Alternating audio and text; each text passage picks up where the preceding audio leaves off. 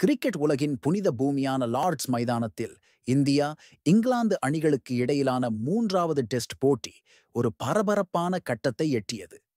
193 ரன்கள் என்ற இலக்கை நோக்கி இந்தியா துரத்த 5ஆம் நாள் ஆட்டம் உச்சகட்ட பதற்றத்துடன் தொடங்கியது. இந்தியாவின் டாப் ஆர்டர் பேட்ஸ்மேன்கள் இங்கிலாந்து வேகப்பந்து வீச்சாளர்களின் அனல் பறக்கும் பந்துகளுக்கு ஈடு கொடுக்க முடியாமல் சரிந்தனர். 82 ரன்களுக்கு 7 விக்கெட்டுகளை இழந்து, பின்னர் 182 ரன்களுக்கு 8 விக்கெட்டுகளை இழந்து இந்தியா தடுமாறியது.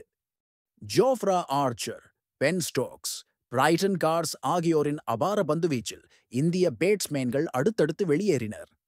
யஷஸ்வி ஜெய்ஸ்வால், கேப்டன் சுப்மன் கில் போன்ற முன்னணி வீரர்கள் 4ஆம் நாள் ஆட்டத்திலேயே விக்கெட்டுகளை பறிகொடுத்தனர்.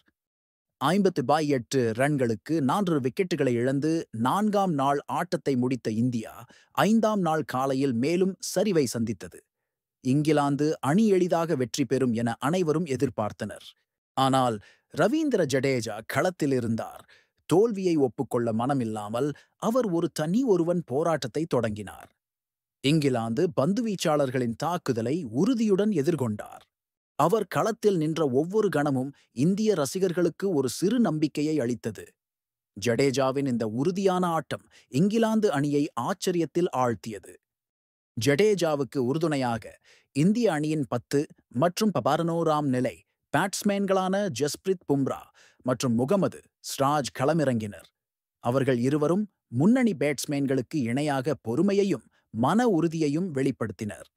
பும்ராவும் சிராஜும் இணைந்து 84 பந்துகளை எதிர்கொண்டு ஜடேஜாவுக்கு அசைக்க முடியாத ஆதரவை வழங்கினர். அவர்களின் இந்த பங்களிப்பு இந்திய அணியின் போராட்டத்திற்கு புதிய உத்வேகத்தை அளித்தது. கடைசி 2 விக்கெட்டுகளுக்கு உருவான இந்த கூட்டணி 212 பந்துகளை எதிர்கொண்டு இங்கிலாந்து அணியை நீண்ட நேரம் களத்தில் நிறுத்தியது. இந்த கூட்டணி இங்கிலாந்துக்கு பெரும் அழுத்தத்தை ஏற்படுத்தியது. ஜடேஜா, பும்ரா, சிராஜ் ஆகியோர் இணைந்து 58 ரன்களை சேர்த்தனர். ஜடேஜா 181 பந்துகளில் 61 ரன்களுடன் ஆட்டமிழக்காமல் இருந்தார்.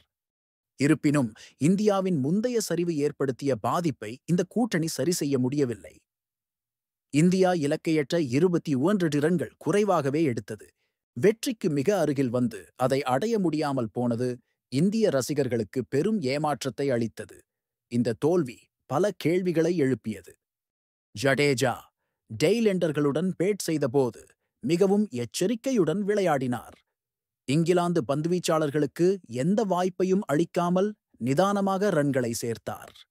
ஆனால் Chris Woakes, Shoaib Bashir, Joe Root போன்ற பந்துவீச்சாளர்களுக்கு எதிராக அவர் ரிஸ்க் எடுக்கவில்லை.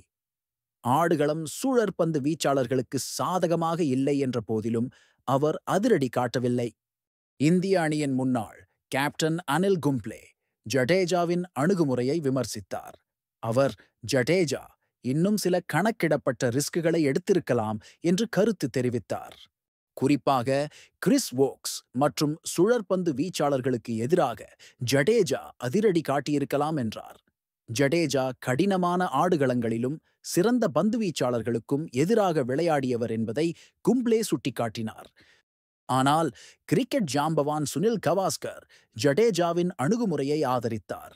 அவர் ஜடேஜா டெய்லெண்டர்களுடன் பேட் செய்ததால் ஸ்ட்ரைக்கை முடிந்தவரை தன்னிடமே வைத்துக் கொள்ள முயன்றார் என்றார். அந்த ஆடுகளத்தில் வான்வழி ஷாட்களை விளையாடுவது ஆபத்தானது என்றும் கவாஸ்கர் குறிப்பிட்டார். இந்திய அணி ஆட்டத்தை கடைசி வரை கொண்டு செல்லவே ஜடேஜா முயன்றார் என்றும் அவர் விளக்கினார். கேப்டன் சுப்மன் கில்லும் ஜடேஜா மற்றும் டெய்லெண்டர்களின் வியூகத்தை ஆதரித்தார். சிறிய பார்ட்னர்ஷிப்களை உருவாக்கி இங்கிலாந்துக்கு அழுத்தத்தை மாற்றவே இந்தியா திட்டமிட்டது என்றார். இரண்டாவது, புதிய பந்துக்கு காத்திருக்க இந்தியா திட்டமிட்டதாகவும் கில் கூறினார். பழைய டியூக்ஸ் பந்தில் ரன் எடுப்பது கடினம் என்பதால் புதிய பந்துக்காக காத்திருந்தது சரியான வியூகம் என்றார். இறுதியில் பும்ராவின் அசைக்க முடியாத தடுப்பாட்டம் ஸ்டோக்ஸின் பவுன்சர் பந்தில் முடிவுக்கு வந்தது. சிராஜின் துணிச்சலான ஆட்டம் துரதிர்ஷ்டவசமாக முடிந்தது. சிராஜ் பஷீரின் ஓவரை கிட்டத்தட்ட சமாளித்து விட்டார். ஆனால் பந்து பேட்டின் நடுவில் பட்டு ஸ்டம்பில் பட்டு ஆட்டமிழந்தார். ஆட்டத்தின் முடிவில் ஜடேஜாவும் சிராஜும் வெளிப்படையாகவே வருத்தப்பட்டனர். வெற்றிக்கு மிக அருகில் வந்து அதை அடைய முடியாமல் போனது அவர்களுக்கு பெரும் ஏமாற்றத்தை அளித்தது. இங்கிலாந்து வீரர்கள் சாக் கிராலி மற்றும் ஜோ ரூட் ஆகியோர் கண்ணீர் சிந்திய சிராஜை தேற்றினர். கேப்டன் ஸ்டோக்ஸ் ஜடேஜாவின் தோளில் கை போட்டு அவரது உறுதியான போராட்டத்தை பாராட்டினார். இந்த வெற்றியின் மூலம் இங்கிலாந்து அணி தொடரில் 4-1 என்ற கணக்கில் முன்னிலை பெற்றது. ஜூலை 23ஆம் தேதி மான்செஸ்டரில் தொடங்கும் 4வது டெஸ்டில் இந்தியா மீண்டு வருமா என்பதை பொறுத்திருந்துதான் பார்க்க வேண்டும். லார்ட்ஸ் களத்தில் ஜடேஜா ஆடியது ஒரு நாயகனின் போராட்டமா அல்லது ஒரு வில்லனின் தவறான முடிவா? இந்த விவாதம் கிரிக்கெட் உலகில் இன்னும் தொடர்கிறது.